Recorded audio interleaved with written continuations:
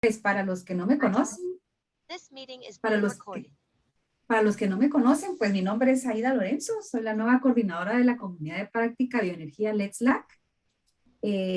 Varias personas que sí son miembros de la comunidad, otros que no, así que bienvenidos. Y la idea de hoy es justamente tener muchísima información en torno a relacionado a todo lo que es bioenergía. Y hoy tenemos una presentación, la verdad que bastante importante para nosotros, que es cuál es el potencial de la producción de hidrógeno y cuáles son sus aplicaciones. Y le hemos pedido a nuestro invitado de hoy que obviamente la habla de manera general, pero cómo se relaciona esto con la bioenergía, que es básicamente la comunidad de práctica nuestra, ¿no? Para que sepan, pues vamos a tener traducción simultánea, por favor, tienen que elegir qué idiomas, inglés o español. Les pediría que ahorita eligieran su canal para quedarse en el canal de español. Ahí donde se lo estoy mostrando, la parte de abajo, donde dice interpretación, para que elijan su canal. Para hacer un poquito de recordatorio quién es esta comunidad, porque hay personas que nos acompañan por primera vez. Pues básicamente somos la comunidad de práctica bioenergía de Let's LAC. Básicamente somos una comunidad en donde tenemos relación con nuestros pares y con nuestros colegas que tenemos experiencia en este tema. Básicamente, como comunidad, miramos cuáles son las necesidades de cada uno de los países en torno al tema de la bioenergía. Luego también tenemos aprendizaje de este tipo, como estamos hablando acá, diferentes temas que la comunidad también propone. Y definitivamente tenemos un tema de networking y ver cómo nos podemos intercambiar las experiencias entre unos y otros. Eso es bien importante. En mi caso, yo empecé como miembro de la comunidad hace tal vez año y medio, y realmente me ha servido muchísimo este intercambio de experiencias y saber qué es lo que están haciendo los demás países. Y justamente uno de los invitados del día de hoy, pues básicamente yo lo conocí a través de una red, y por eso mismo les invitamos a que estuvieran hoy acá, y la idea es saber qué es lo que están haciendo nuestros colegas en los diferentes países. Algo que es bien importante es de que esta comunidad está formada por diferentes países del mundo. Para hacer un poquito, Latinoamérica específicamente, pero para hacer un poquito de remembranza, qué es lo que se ha trabajado en el 2020, 2022 específicamente. Hemos trabajado lo que son relacionado a lo que es bioenergía y las políticas de cambio climático. ¿Cómo hemos trabajado? Pues básicamente sesiones, así como la estamos trabajando el día de hoy, pues han sido pues básicamente en línea, por temas muy obvios, ¿no? En donde buscamos diferentes temas, por ejemplo, hablamos de tecnologías innovadoras, muy importante lo que son las políticas públicas, los modelos de negocios y también herramientas que nos puedan servir para poder desarrollar la bioenergía en nuestros países. Otra cosa que es muy importante y estamos muy contentos como comunidad, pues básicamente también hemos accedido a fondos para tener asistencias técnicas a los miembros de la comunidad. Y hoy les voy a contar la buena noticia, pues básicamente tenemos 5 asistencias técnicas que acaban de ser, 7 asistencias técnicas que se acaban de pues autorizar. Les voy a contar de qué se tratan para que sepan, ¿no? Y también muy importante, transferencia de tecnología y de conocimiento entre los miembros, eso es bien importante, ¿no? Y también ha servido muchísimo para conocer cómo los gobiernos de otros países han implementado, cómo el sector privado ha implementado ciertas normativas, y definitivamente no es la excepción, porque vamos a conocer cómo lo está trabajando Chile y específicamente esta red H2LAC, que también hoy nos van a hablar el día de hoy. Les pedimos que por favor visiten nuestra página, ahí se los dejamos. Le pido a Astrid también que deje en el chat el link de la página. Y también es bien importante para nosotros, no me voy a detener porque no tengo muchísimo tiempo, pero habían 2 asistencias técnicas para los miembros de la comunidad. Ya se hizo la selección en diciembre y primero Dios ya van a empezar ya en estos días. Estos son los primeros 5 proyectos que se van a trabajar con el proyecto RACE, que al final son proyectos de inversión que se necesitan para poder implementar y desarrollar un concepto de proyecto para buscar financiamiento. Básicamente son 3 de Colombia, 1 de Guatemala y 1 de Honduras. y ya arrancaron esta asistencia técnica, y la idea también es después que todos los miembros tengamos acceso a esta información y que tengamos sesiones para ver cuáles fueron los resultados de esto y sobre todo que muy pronto, a corto o mediano plazo, se puedan implementar estos proyectos. Aparte, tenemos otra asistencia técnica que es el Climate Help Desk, que también ya se otorgaron 3 asistencias técnicas relacionadas siempre con lo que es la bioenergía, en este caso muchísimo lo que es el biogás, el aprovechamiento de los residuos, básicamente la biomasa, ¿no? Y también se va a otorgar dentro de otra asistencia técnica conjuntamente con otra comunidad, porque somos varias las comunidades de Let's LAC, estamos trabajando también con la comunidad Articulac, que también se va a realizar otra asistencia técnica. Entonces, como vieron, realmente lo que queremos es que esta comunidad esté activa, que se sientan apoyados también por la comunidad y que tengamos intercambio de opiniones también, pero también que tengamos intercambio de conocimiento, ¿no? Acá les dejamos, básicamente, si ustedes quieren pertenecer a la comunidad, los que no pertenecen todavía, pues se pueden inscribir en este enlace. Les demos ahí el código QR, o también les van a poner en el chat el enlace del formulario para que ustedes puedan inscribirse. Les pido también a aquellos que ya son miembros que también lo hagan, porque queremos conocer un poquito más de ustedes, cuáles son sus expectativas, qué es lo que quisieran tener de la comunidad, y a veces también para un update de información, específicamente si han cambiado, puede ser que hayan cambiado de institución, para que nosotros podamos tener una actualización de nuestra base de datos. Además, tenemos un chat, ¿verdad? También de la comunidad, donde vamos a conocer los eventos relacionados a la bioenergía, recordamos nuestras sesiones, y también acá les dejo el código para que ustedes puedan fotografiarlo, y también lo van a poner en el chat de acá para que ustedes puedan adherirse a este chat de la comunidad. Pero entonces, paso número 1, les pediría que ingresaran para poderse inscribir, y luego que ingresaran a este chat. Y bueno, hemos llegado ya para que podamos presentar a Pablo Tello. Básicamente, él nos va a hablar sobre el potencial del uso de hidrógeno y su producción y su uso. Les voy a presentar a Pablo. Pues Pablo Tello, él es ingeniero industrial con más de 11 años de experiencia en elaboración y evaluación de programas de fomento y proyectos en el ámbito del desarrollo económico local energético, energías renovables, con foco en energía solar, energización rural. En el último tiempo se ha especializado en hidrógeno verde, abordando temas regulatorios, estrategias nacionales, análisis de empleos y desarrollo empresarial, análisis de prefactibilidad de proyectos y aplicaciones en transporte, industria y otros. Actualmente, él trabaja como asesor técnico en el ámbito de hidrógeno verde del proyecto de descarbonización del sector energía de Chile en la Agencia Alemana de Cooperación Internacional, GIZ. Pablo, te agradezco muchísimo acompañarnos el día de hoy. Gracias por tomarte el tiempo, compartir con la comunidad. Como te decía, pues realmente la idea es trabajar conjuntamente y hacer alianzas para que nuestros temas que trabajamos pues realmente se vayan multiplicando en la región. Así que te dejo la palabra. Muchísimas gracias por acompañarnos, y por favor puedes compartir ya tu presentación. Ya, perfecto. Hola, buen día. ¿Me escuchan bien? ¿Está bien? Ya.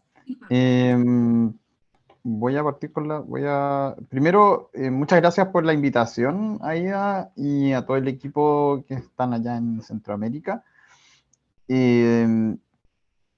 Hoy día no somos muchas personas, entonces, por favor, pero sí les voy a proponer, les propongo, podemos hacerlo interrumpido, o sea, me pueden interrumpir si tienen alguna duda respecto de las slides, o si gustan al final. Dado el tiempo, tenemos tiempo para poder conversar y hacer como un encuentro bien distendido. Y, por lo tanto, siéntanse con toda la libertad de interrumpirme. Un tema más bien práctico, yo no tengo acceso, mientras esté presentando no les veo, entonces no tengo opción de ver el chat si es que alguien preguntó por el chat, entonces por favor ahí me avisa. Yo te ayudo, Pablo, con mucho gusto. Ya. Y vamos ahora a compartir pantalla. Entonces, compartir, por acá. Ya. Están partiendo, ya.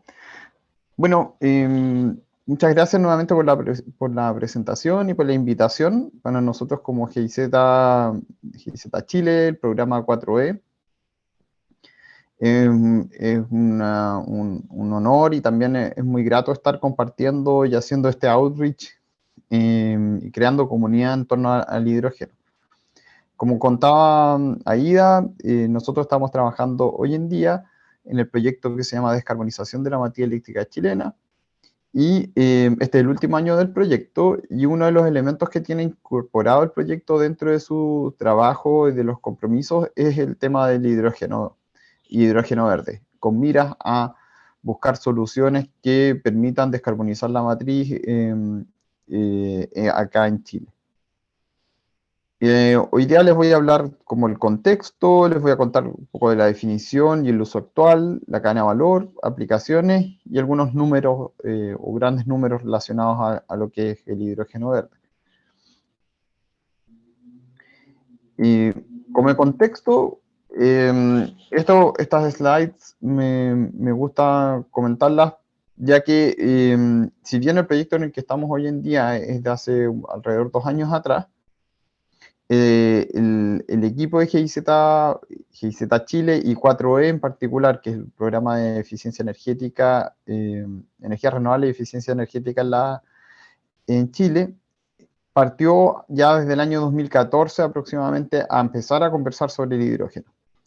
No significa que en el 2014 hicimos todo, no, fue como el puntapié inicial del partido, y en esa época yo justamente trabajaba en este comité que el Comité Solar lo creamos en esa época, desde el punto de vista del gobierno, con miras a fortalecer la economía de la energía solar en Chile como un sistema, como un subsector económico, y en esa discusión obviamente que surgió la necesidad de almacenamiento. Entonces, ahí es cuando surge también la pregunta de, bueno, ¿cuáles son las vías de almacenamiento? ¿Cuáles son los carriers que podemos utilizar como almacenamiento? Y no solo baterías, sino que también surgió ahí en las primeras conversaciones en torno al hidrógeno. Y así, uno de los primeros hitos, la GIZ impulsó mucho la primera conferencia internacional de hidrógeno verde.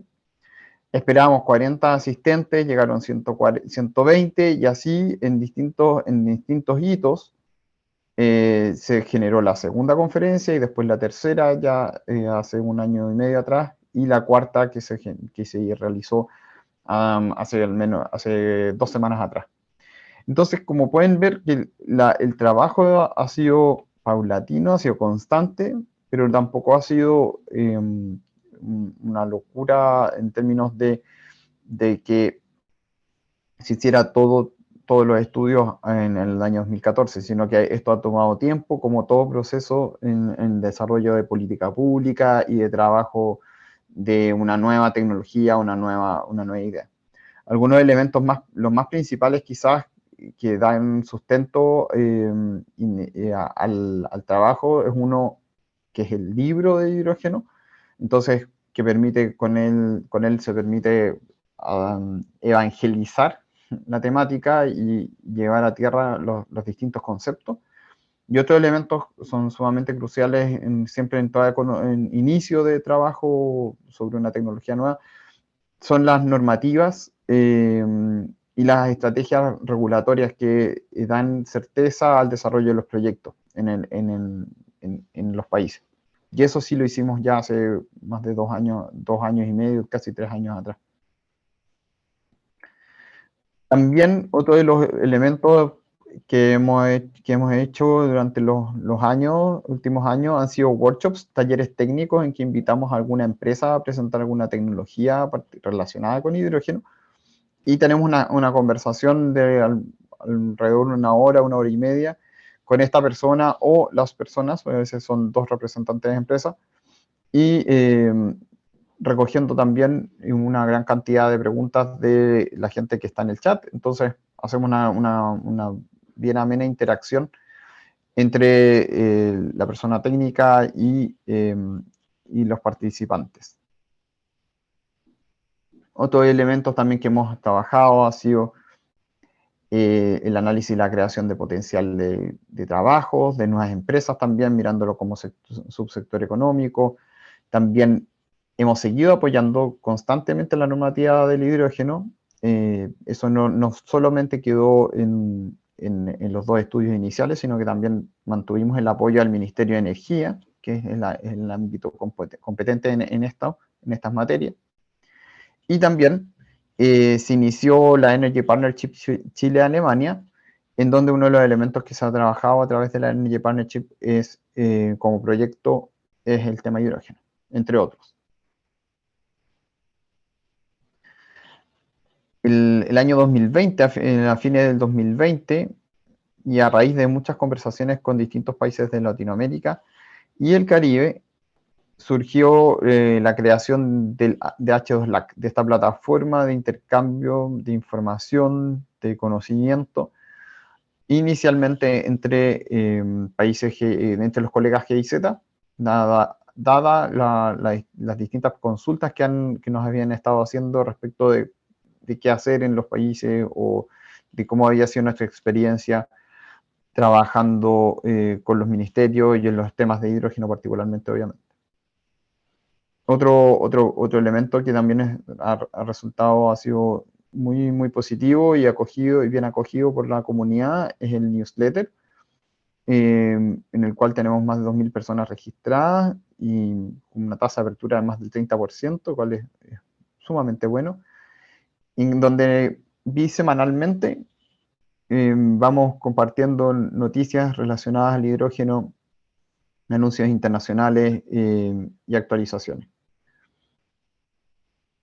En el último año también estuvo bastante productivo, estuvimos trabajando en temas de blending, o sea, de mezcla de hidrógeno con gas natural.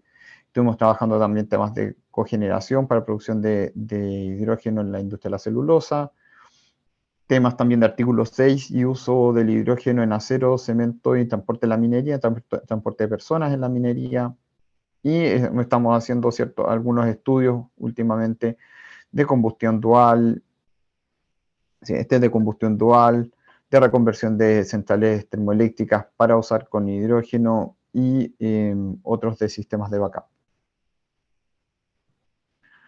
Pero ahí les hice como un resumen de todo lo que hemos estado haciendo y vamos ahora al grano y contamos un poco de qué es el hidrógeno. Bueno, el hidrógeno, yo creo que muchos y muchas de ustedes lo deben ya saber, un elemento más abundante en el universo y el más ligero.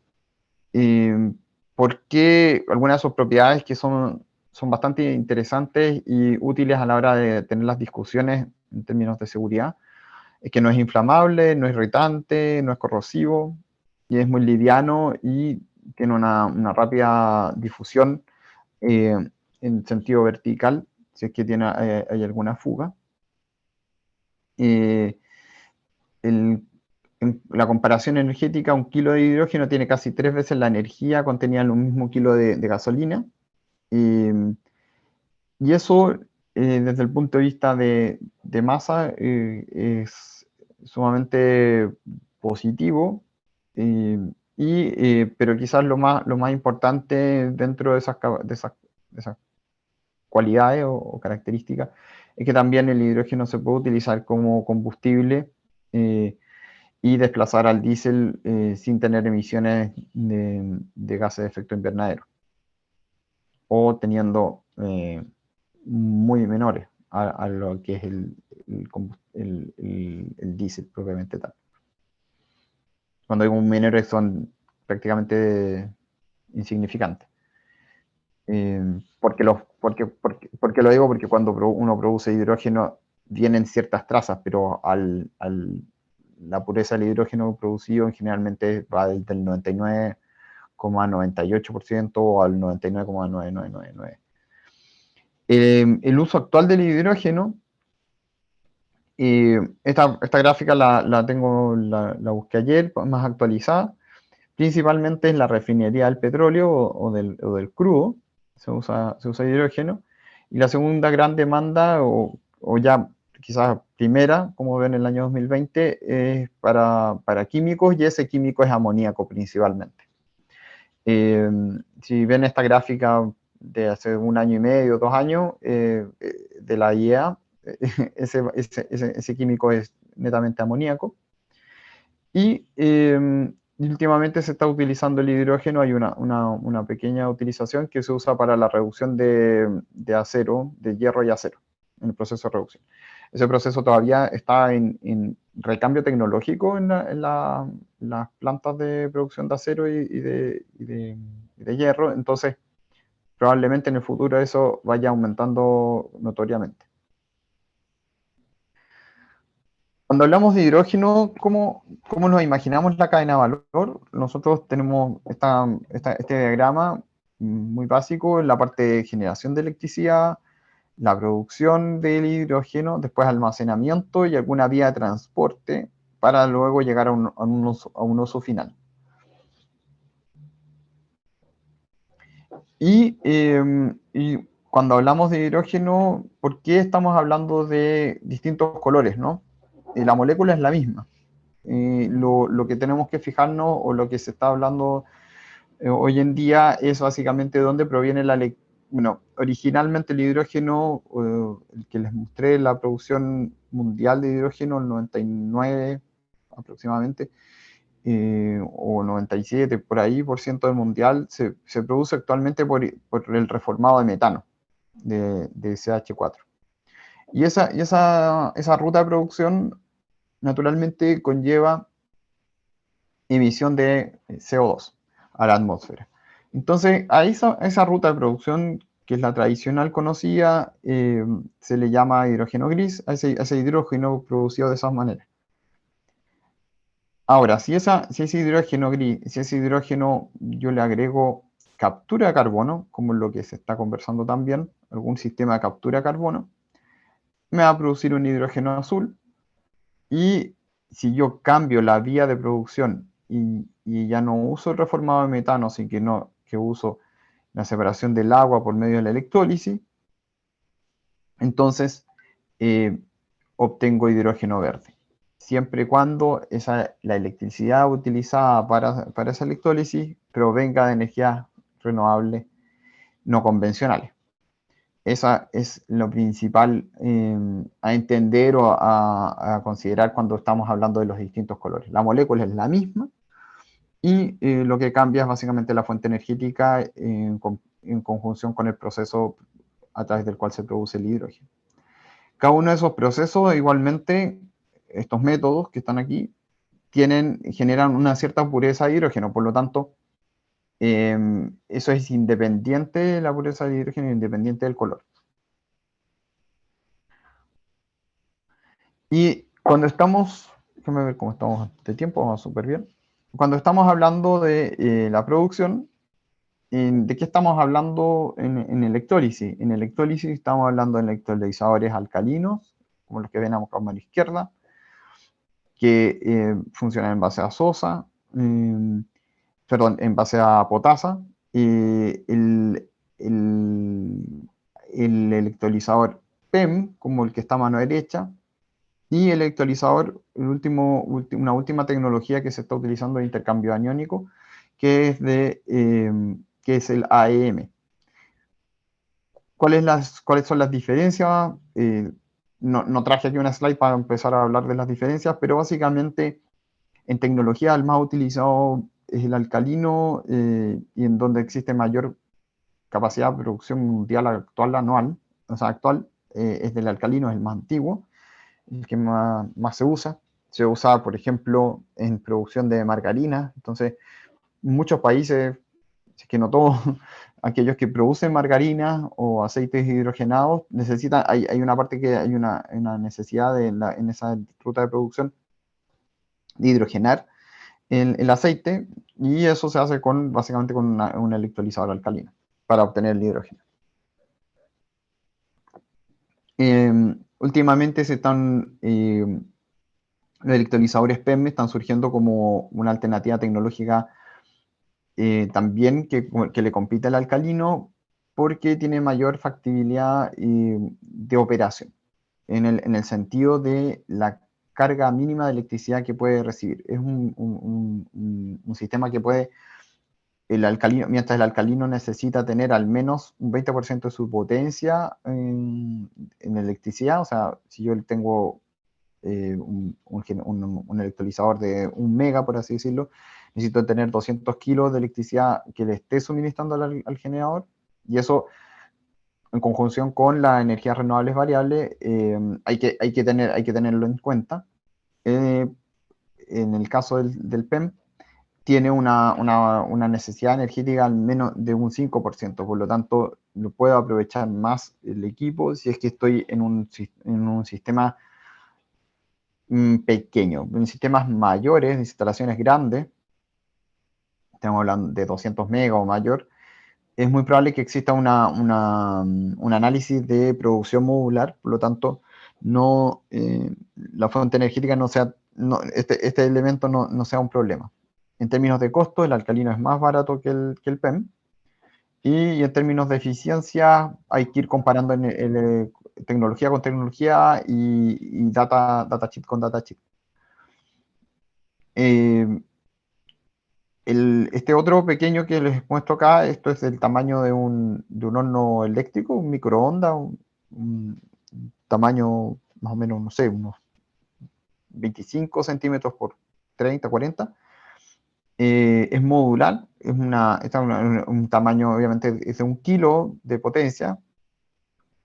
¿Y cuál es la ventaja de este electrolizador? Que, bueno, están haciendo las producciones modulares, y hoy en día lo pueden enviar por avión. Cosa que si uno está esperando algún alcalino o PEM, el mercado mundial está un poco saturado de solicitudes, y la lista de espera ya se está alargando. ¿Cómo es el esquema de una planta de producción de hidrógeno independiente del electrolizador principalmente? Digamos que este es el bloque de un electrolizador. El electrolizador necesita operar a ciertas temperaturas establemente, para mantener obviamente su punto de operación óptimo, y para eso siempre se necesita un chiller, o van a encontrar un sistema de intercambio de calor. Además, van a tener, si tenemos una consideración de sistema de acondicionamiento del hidrógeno, van a tener un sector de compresión del hidrógeno. Ese es otro elemento. Los electrolizadores, algunos alcalinos, eh, mm, entregan el hidrógeno a presión de 5 bares por ahí, mientras que el PEM lo entrega directamente a 30 bares, o cercano a 30 bares de presión. Lo mismo la AM entrega 34, creo, 35. Y en esta estación lo que se hace es básicamente almacenar el hidrógeno a alta presión y poder entregar una refilling station, entregar el hidrógeno producido eh, en estos tube trailers que son, o sea, perdón, en los tubes para que pasen al tube trailer. Almacenamiento, en términos de almacenamiento, le puse la G de gaseoso. El almacenamiento, existen varios tipos de cilindro, y en general lo que se está utilizando es que se utiliza un cilindro de clase 4 que es más liviano y permite almacenar el hidrógeno a alta presión, cerca de 350 bar, o también a 700. Eso depende de las necesidades, en este caso, de la calidad, del tipo de hidrógeno que se requiera, en este caso, para movilidad. Otro tipo de almacenamiento que se utiliza también es el hidrógeno líquido. Sin embargo, el hidrógeno líquido tiene la dificultad de que hay que llevar el hidrógeno a menos 253 grados Celsius para poder tenerlo en ese estado. Y esa disminución de temperatura es energointensiva. Como pueden ver acá, el costo energético de licuefacción está cerca de los 10-12 kWh por kilo de hidrógeno, lo que involucra obviamente una gran demanda energética y un gran costo. Se hace rentable cuando las plantas de producción son por sobre las 10 o las 15 toneladas día de hidrógeno. Y en términos tecnológicos, los estanques son muy similares a los de gas natural licuado, y en eso existe conocimiento. En general, estas plantas están, por lo menos en Estados Unidos y en Canadá, existen varias de estas plantas de gas de hidrógeno líquido. Cuando vamos al transporte, se habla de distintos tipos de transporte, y aquí en el más amplio sentido de la palabra. Puede ser transporte por tubería, puede ser transporte por carretera o transporte marítimo bajo algún tipo de carrier. En el caso de tuberías, hoy en día existen tuberías dedicadas para hidrógeno, pero también se están viendo múltiples estudios respecto de mezclar hidrógeno con gas natural y poder también transportarlo por tubería o directamente utilizarlo como una mezcla de un gas hidrogenado, por así decirlo. Asimismo, el transporte, o sea, o más bien, por otra parte, el transporte por carretera se realiza en general en este formato, que son los llamados tube trailers, pero también se puede transportar en racks o en paquetes de cilindros o botellas, como se les denomina, que son los más conocidos cuando se requiere hidrógeno, menor cantidad de hidrógeno bajo ciertas demandas. Son estas botellas que son como de altura de 1 metro, un poco más, y esos van en racks de 3x3 o 4x4, y todas unidas con un manifold, de tal manera que se entrega el hidrógeno como se saca de un punto y con las presiones equilibradas. La otra vía de transporte es el transporte marítimo. Aquí alcancé a actualizar esta foto porque antes teníamos solamente diagramas, y hoy en día ya existe este barco del proyecto Hystra, en donde en este proyecto particularmente, se busca una cadena de suministro libre de CO2 y se transporta el hidrógeno líquido como carga. Vale también mencionar que hay distintas formas de transportar el hidrógeno, ya sea como hidrógeno líquido.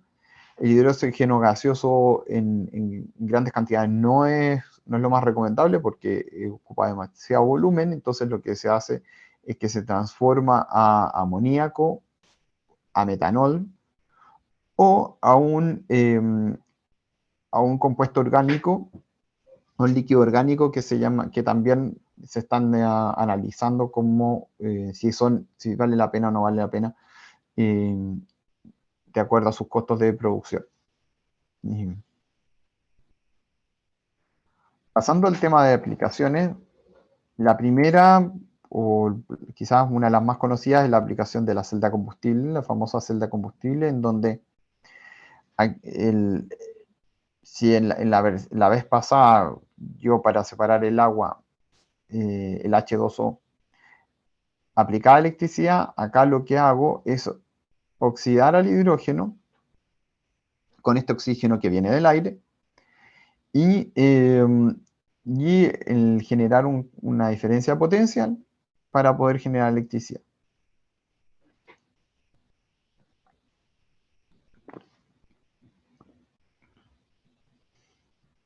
La celda de combustible es un elemento que pero genera electricidad, no es una batería porque no almacena, energía y después se utiliza, sino que es un generador de electricidad, el cual requiere hidrógeno, ser alimentado con hidrógeno, y como sistema de almacenamiento backup se puede utilizar en distintos lugares, entregando algunas características principales, principalmente la estabilidad de red. Y a mí me tocó una vez estar en Japón, en Sendai, en uno de los lugares donde más arrasó sí, terremoto y después maremoto en Fukushima, cerca de Fukushima. Y ahí una universidad tenía justamente un sistema de backup en base a celda combustible con baterías y producción solar, gracias al cual pudieron mantener la provisión de agua potable durante ese periodo de la catástrofe y también electricidad, por supuesto. Otra aplicación es la aplicación de logística. Ustedes quizás no conocen este caso, pero creo que hace menos de un año se inauguró en Chile la primera aplicación logística que es la más, digamos, podemos decir sencilla, pero que es más rentable también, en la que es una grúa horquilla, o los forklift, ocupa hidrógeno en base a celda combustible, ocupa hidrógeno y esta se inauguró por la minera Anglo American, cerca de acá de Santiago de Chile. Algunas ventajas, quizás la modularidad. Estas grúas horquillas tienen el módulo donde está la celda combustible. O sea, estas grúas horquillas son eléctricas, eso es lo primero que hay que decir, son equipos eléctricos, solamente que la fuente de electricidad, en vez de ser batería, es en la celda combustible. Y en algunos casos retirar es simple, vienen modularizados, entonces se saca el equipo eléctrico o no se pide sin el equipo eléctrico, y las fabricantes de celda combustible están proveyendo ya las celdas en las dimensiones necesarias para que se puedan instalar en estos equipos vehículos eléctricos. Eso por una parte, la grúa horquilla, y por otra parte la HRS o hidrolinera, o Hydrogen Refueling Station, que entrega en este caso hidrógeno a 350 bar, dependiendo también obviamente de la necesidad o las características que entregue el vehículo de acuerdo al combustible que necesita. Perdón. Otra ventaja de la parte logística es la recarga. La recarga de hidrógeno en este tipo de sistemas es sumamente rápida, cerca de 5, no más de 5 minutos o 5 a 10 minutos, lo cual obviamente le da una ventaja notoria versus la opción a batería eléctrica de litio, ion litio u otro tipo. Por otra parte están los buses a celda de combustible también. Son buses eléctricos que funcionan. Es un bus eléctrico en su estructura general, y lo particular es que hay que utilizar o hay que ver dónde se instala el almacenamiento de hidrógeno.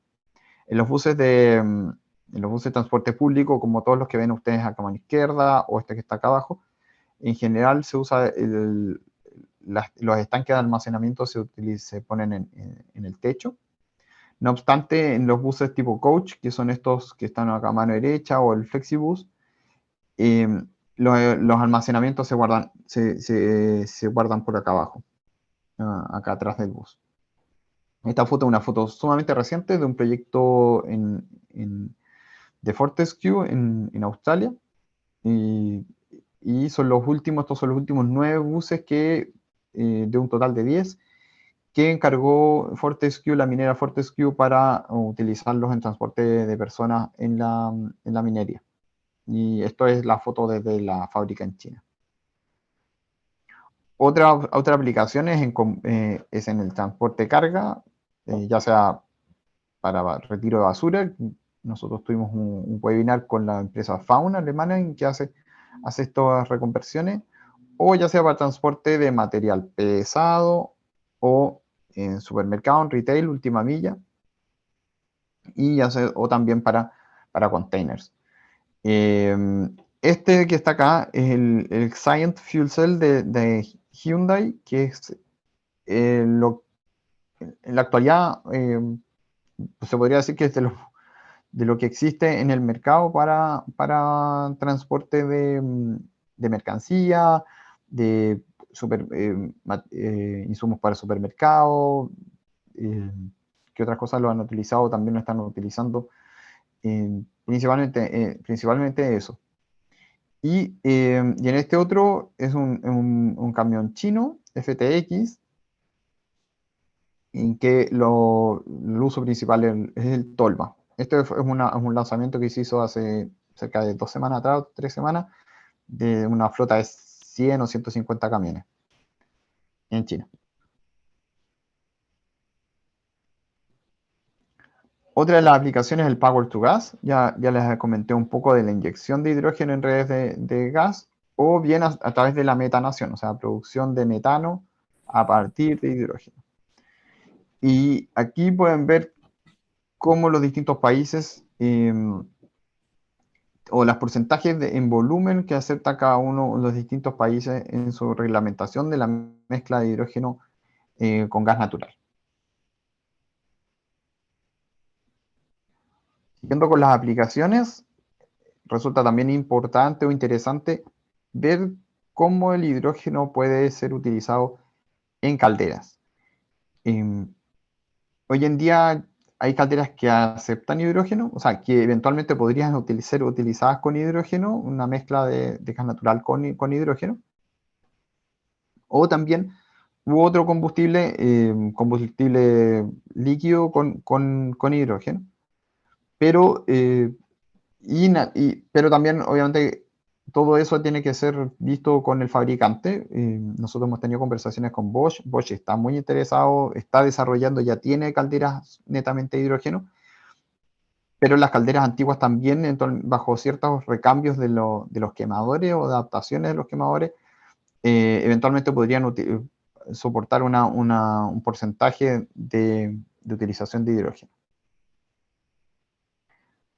Y finalmente llegamos a los derivados. Ya les había mencionado un poco antes, como producto, como aplicación, también la producción de amoníaco mediante el proceso Haber-Bosch se puede utilizar como carrier de hidrógeno, o básicamente utilizar el hidrógeno para la producción de amoníaco verde, que es otro de los elementos de las aplicaciones mundialmente que permitirían descarbonizar la matriz de una manera bastante importante a nivel mundial.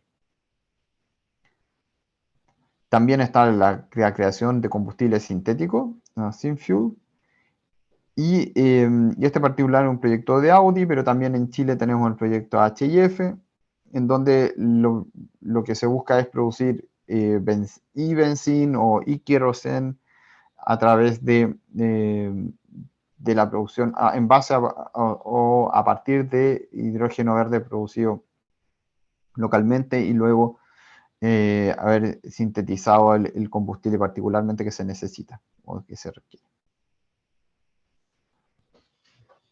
En términos de costos y grandes números, acá una pequeña foto respecto a la mano izquierda de los países que invierten en I+D y en hidrógeno.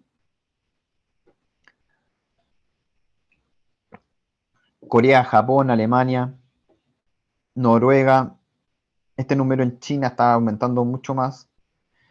O sea, China se está volviendo sumamente potente en hidrógeno. Estados Unidos, Arabia Saudita, India, entre otros. ¿Y cuáles son las aplicaciones que registra la IEA en base a proyectos? ¿Para qué se está utilizando el hidrógeno?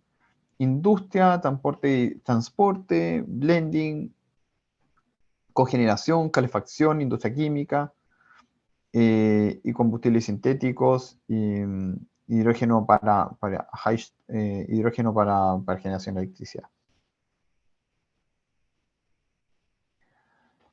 Aquí, relativo a los costos de producción y también de los costos de CAPEX de los electrolizadores, cabe mencionar que ayer estuve tratando de actualizar y finalmente me quedé con esta, igual, me quedé con esta misma slide porque se pueden comparar las distintas tecnologías. De todas maneras, la forma en que se está midiendo el costo de producción del hidrógeno es con el LCOH, o sea, el costo nivelado de hidrógeno, de producción de hidrógeno.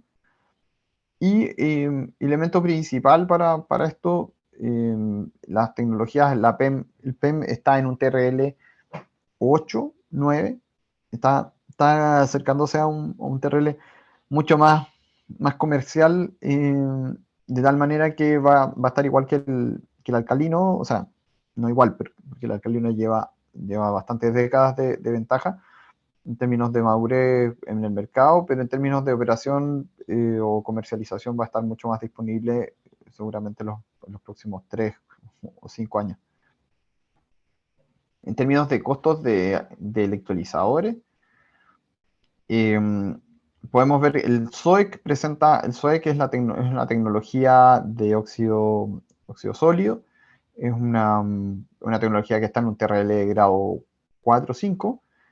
Entonces, estos valores son sumamente aproximados, no necesariamente más allá, si bien tenemos las fuentes, son valores aproximados.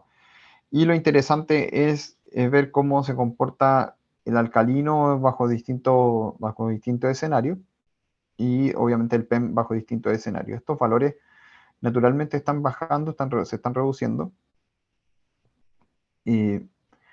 pero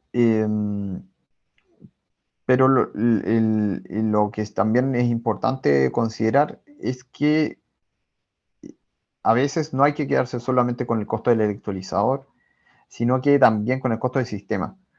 Estos sistemas tienen una gran cantidad de tuberías, de piping, de compresores, equipos auxiliares que a veces en estos estudios no están considerados. Entonces, uno tiene que tener un buen ojo para poder comparar o hacer un análisis comparativo igual entre tecnologías y soluciones.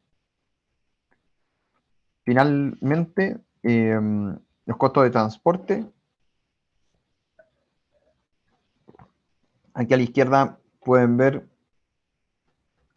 esto es comparativamente qué es lo que más conviene eh, para poder transportar el hidrógeno, o cómo se hace más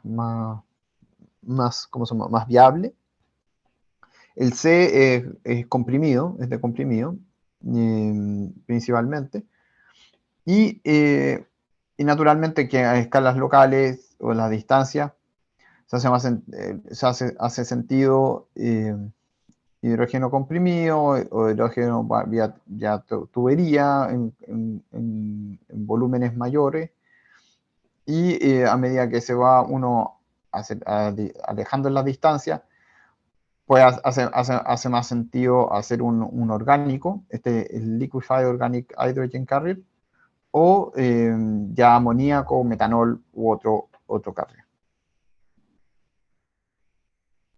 Muchas gracias y quedo abierto a las preguntas.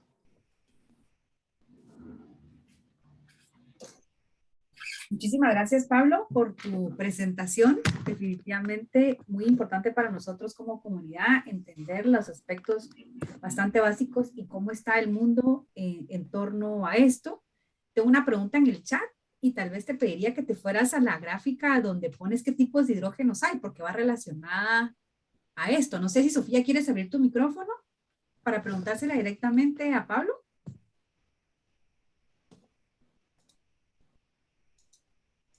No sé si tienes micrófono, Sofía.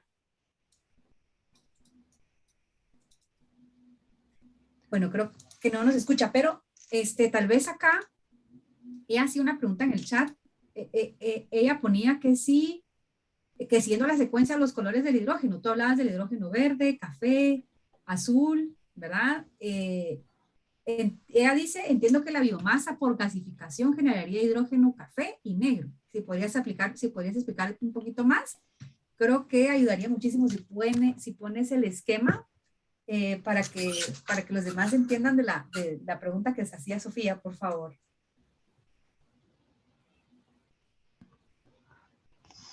Sí, espérate, voy a compartir. Ay, gracias. Ya no sé.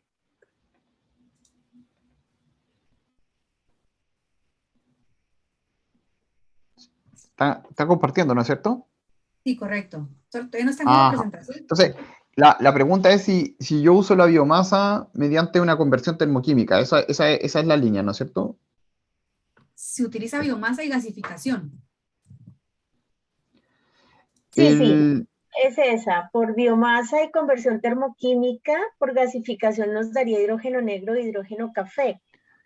¿Por qué no es uno de los de hidrógeno verde o azul? No, sí, perfectamente, sí.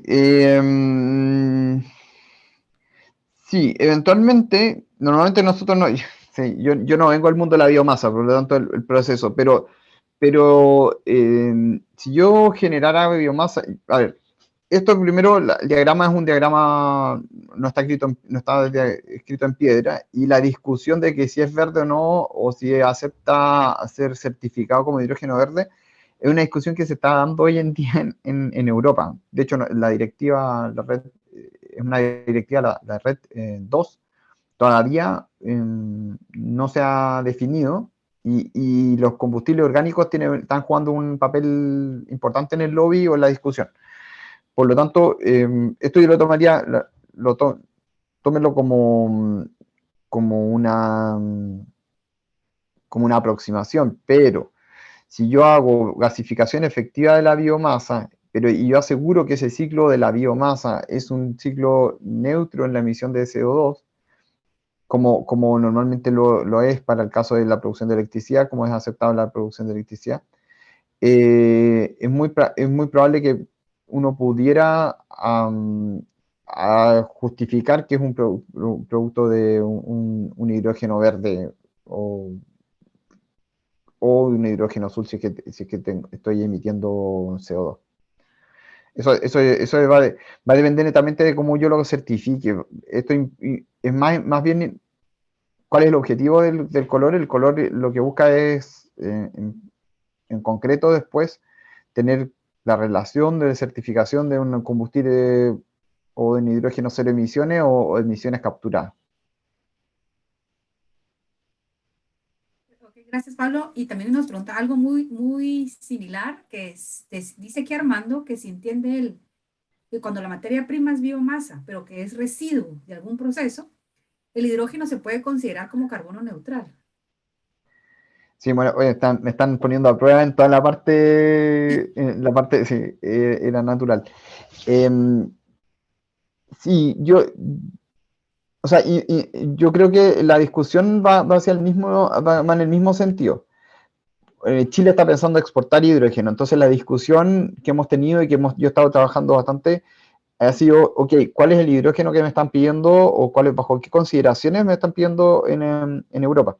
Y lamentablemente, les tengo la misma respuesta. La directiva 2, que es el Red 2, con número romano, tiene los NRFN,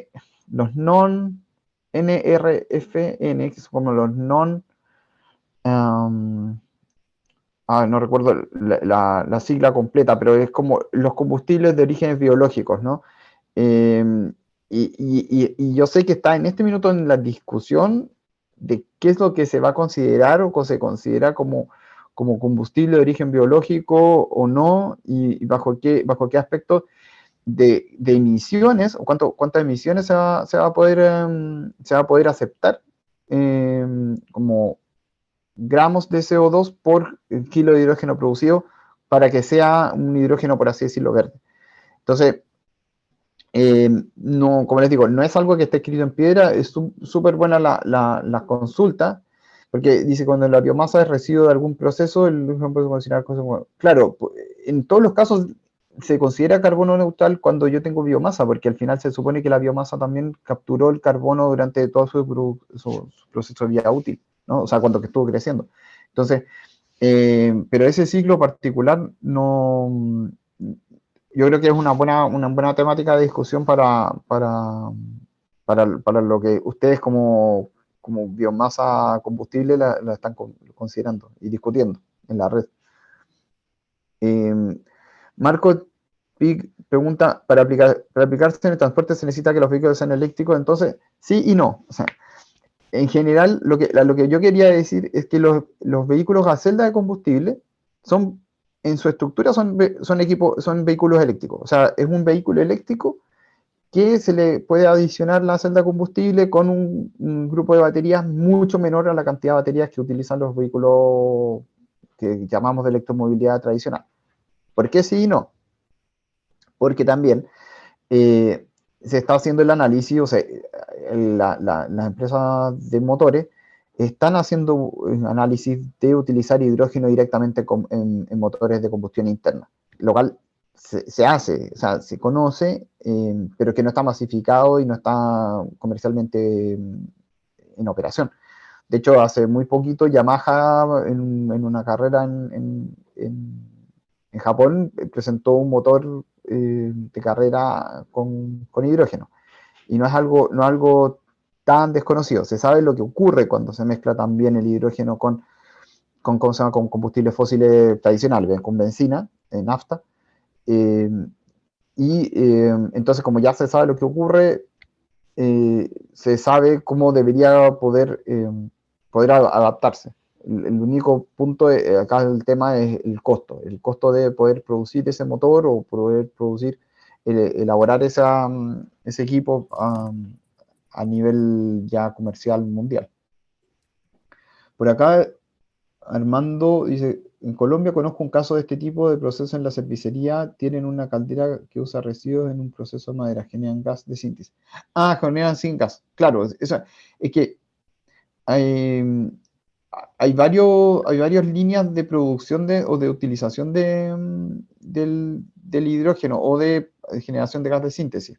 Entonces, eso los químicos y las químicas lo saben al revés y al derecho. Si no es no es algo, no es tecnología de la NASA, solamente que hoy en día lo que está pasando es que mundialmente se está dando un boom, y este hype, que permite o que genera toda una inercia en que se genere una nueva economía y que se reduzcan también las gases de efecto invernadero. O sea, yo creo que va por ahí un poco. Hay mucha gente que sabe que viene trabajando con hidrógeno hace mucho tiempo. Y ahora dicen, bueno, esto ya lo sabíamos. Claro, lo sabían las personas que venían trabajando con hidrógeno. Hoy en día ya está más masificado y está más aceptado, yo creo que a nivel de escalas comerciales, ¿no? Y Pablo, yo creo que bien interesante para nosotros como comunidad, ¿verdad? Entender muy bien que igual el hidrógeno se puede producir inclusive desde un petróleo, ¿no? O sea, se puede producir diferentes materias primas, desde la parte de la energía primaria, la solar, el viento, la hidro, y en este caso, el tema de bioenergía, pues básicamente podría ser inclusive las algas y todo lo que es la biomasa, ¿no? Y que al final todo llevaría a un hidrógeno y tal vez para mí es bien importante y lo he aprendido hoy, pues básicamente qué clasificaciones de hidrógeno, ¿no? Y que realmente esto está creciendo, es, como tú dices, no es algo nuevo, pero que a nivel internacional está creciendo con la demanda para como que irse hacia energías renovables, porque no tendría, creo que ningún sentido cambiar la matriz energética si vamos a hacerlo de petróleo, el hidrógeno, pero me imagino que también hay aplicaciones específicas y tal vez aquí lo que es bien importante entender que esto va creciendo, la demanda va creciendo, como tú dices, todo lo que es Europa, pues va también creciendo la demanda y lo que veo yo también es que la región latinoamericana tiene potencial. Si tenemos biomasa, pues tenemos el potencial de producir hidrógeno, ¿no? Y Claro, veo en tus gráficas, Pablo, que igual mucho el hidrógeno es exportado a otros países, o sea, no se usa localmente, pero también se usa localmente, pero también es exportado. ¿Me puedes hablar un poquito de ese mercado? sí, o sea, el hidrógeno, acá los que más van a sufrir o pueden sufrir es Trinidad y Tobago, que es uno de los mayores exportadores de gas natural, y a partir de ese gas natural se produce amoníaco. O sea, esa demanda que movieron ustedes de refinería y de amoníaco o químico, en parte es entregada por Trinidad y Tobago. Entonces, efectivamente, ¿cómo hay que verlo? No sé, ahora nosotros estamos trabajando con República Dominicana, por ejemplo. Y claro, para nosotros, y el caso de República Dominicana también, que no tienen base de gas natural, por ejemplo. Es natural producir en base a solar o solar o eólico, pero en el caso de ustedes que están pensando en la bioenergía o en las distintas líneas de producción energética a través de materiales biológicos, eh, se abre mayor cantidad de posibilidades de todas maneras. O sea, yo creo que a nosotros nos ha tocado introducirnos con mayor profundidad en esa temática, pero como bien mencionaba recién Armando, lo mencionas tú, hay varias vías. O sea, yo creo que en este sentido eh, es natural o sería natural preguntarse, empezar a estudiar, revisar cuáles son esas vías. O sea, ¿a qué me lleva una línea de utilización de biomasa? ¿A qué me lleva otra línea de utilización de biomasa? ¿Y cuál es más o menos eficiente en su ciclo completo para la producción de hidrógeno? ¿Tiene sentido o no tiene sentido primero? Eh, y, eh, y también, ¿por qué? Porque claro, porque si yo voy a hacer un biocombustible, ¿tiene sentido hacer el biocombustible o no tiene sentido hacer el biocombustible o utilizar el biocombustible para producir hidrógeno o para o cuál es la vía, ¿no? Acá hay un tema mucho de eficiencia del ciclo completo para el objetivo que yo necesito, estoy utilizando esa fuente energética. Bueno, ya hablan aquí que si solo tal vez la última pregunta, porque nos pasamos 5 minutos, y pregunta Marcos si se ha necesidad de adecuar la legislación, toda la parte política va de la mano, ¿verdad, Pablo? Para que esto se desarrolle. Sí, ahí tengo ya, es amplia, o sea, es una pregunta que surge, me ha tocado de cerca estar trabajando y acompañando al Ministerio de Energía en esas discusiones. En Chile ya estamos en las conversaciones del Reglamento General de Hidrógeno, pero yo creo que hay dos elementos, o sea, como para no entorpecer el desarrollo del proyecto, ¿no? Primero es ver, aceptar al hidrógeno que a lo mejor como un combustible. Eso fue el primer paso que hicimos acá en Chile. Y eso estructuralmente es bien fuerte porque antes lo veía el Ministerio de Salud, que tenía competencias en hidrógeno respecto de lo que podía producir el hidrógeno almacenado, como eventualmente daños, pero porque no estaba considerado estaba considerado como una mercancía peligrosa, por así decirlo, ¿no? Que casi todos los compuestos químicos están considerados en esa lista. O sea, vamos a hacer la salvedad, que nadie se asuste. Pero entonces lo primero es como ver cómo considerar, conceptualizar el hidrógeno como compuesto, como elemento, si es un energético o no es un energético. Y si es un energético, y lo digo, ¿por qué lo digo? Porque ahora salta la pregunta con el amoníaco. ¿El amoníaco va a ser considerado un energético o no? Y así después va a venir, bueno, el metanol ya está, pero así van a subir van a empezar a sumarse distintos componentes.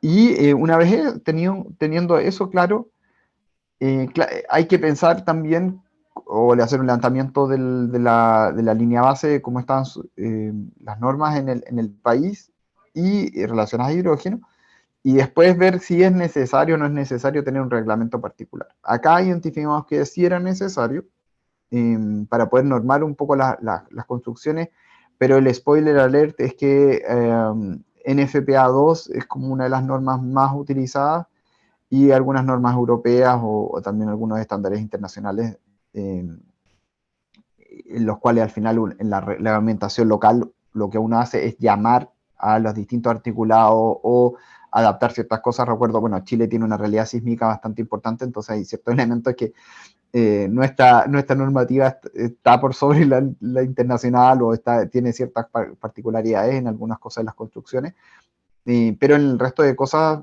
y articulados es principalmente o muy cercano a la NFPA2, que también eso tiene relación con la práctica que hacen las empresas internacionales que utilizan hidrógeno, Linde, el Liquid principalmente, uno va a esas empresas, ellas usan normativa no por un tema comercial, sino que por un tema de seguridad. Entonces, acá tenemos que tener claro que en la normativa que uno usa hay dos líneas. Hay una línea de mercado para fomentar el hidrógeno y una línea de normativa de seguridad. Entonces, todo lo que uno esté trabajando, la idea es que sea por seguridad y sí el mensaje a los países a pensar en que haya dos vías de trabajo, una vía de reglamento que es a largo plazo y una vía de corto plazo de proyectos especiales, por ejemplo, de tal manera de facilitar el desarrollo de proyectos en sus países. Si no, van a tener que esperar a que se termine el reglamento, que van a ser 3 años o 2 años, no sé, a las primeras discusiones hasta que se termine, para recién empezar a ver que haya proyectos o atraer inversión y proyectos de producción de hidrógeno verde. Entonces, el llamado es tener vías alternativas que son paralelas, así lo estamos haciendo acá, y ha resultado bastante bien. Bueno, Pablo, te agradecemos muchísimo tu tiempo. Nos hemos pasado pues 8 minutos ya, pero realmente ha sido muy interesante. Agradecemos mucho tu participación. Las puertas de la comunidad están abiertas, por favor, y yo creo que va a ser bien importante seguir intercambiando. A los miembros de la comunidad, igual volvimos a poner en el chat por si quieren participar en la comunidad para que llenen el formulario y luego por si quieren ingresar al chat para estar al tanto de las noticias y eventos, pues son totalmente bienvenidos. También totalmente bienvenidos que me puedan compartir alguna temática en especial que ustedes quieren que compartamos con la comunidad para seguir como básicamente intercambiando información. Recordando que la comunidad, pues actualmente la formamos 15 países de Latinoamérica específicamente, ya tiene 5 años y la idea es que este año sea bastante activa, pero necesitamos la participación de todos los miembros. Así que muchísimas gracias, los invito a unirse a la comunidad y al grupo de WhatsApp. Gracias, Pablo, y que pases feliz tarde. Muy buenas tardes para todos. Muy buenos días.